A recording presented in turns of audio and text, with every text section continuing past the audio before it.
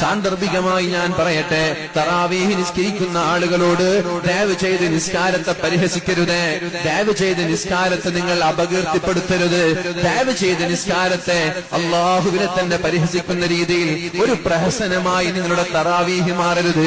അനാവശ്യമായി വേഗത കൂട്ടരുത്. എന്തേ പരിശുദ്ധമായ റമദാനിൽ തറാവീഹ് നിസ്കരിക്കാൻ ഒരു 10-15 മിനിറ്റ് കൂടിപ്പോയാൽ എന്തേ? അത് അതവുകേടാണ്.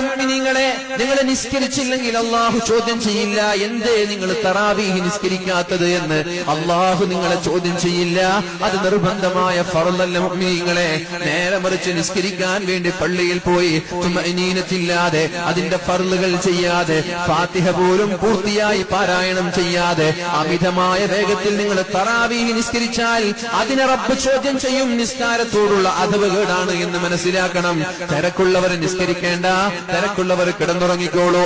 തിരക്കുണ്ടെങ്കിൽ നിസ്കാരത്തെയല്ല നിങ്ങൾ കുറയ്ക്കേണ്ടത്, വേഗത കൂട്ടേണ്ടത് നിസ്കാരത്തെയല്ല.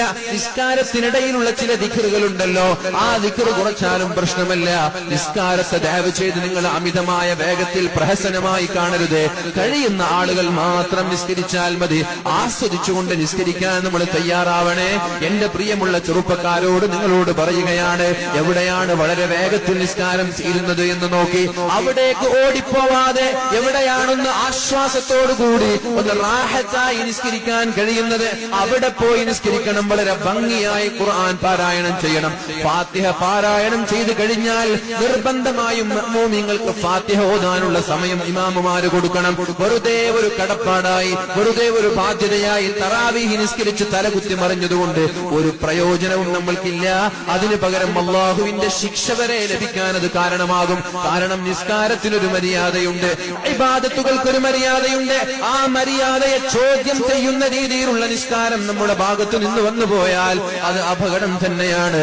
അതുകൊണ്ട് സൂക്ഷിക്കണമെന്ന് ഞാൻ സാന്ദർഭികമായി പറയുകയാണ്. ഇത് കഴിഞ്ഞ് തഹജ്ജുദ്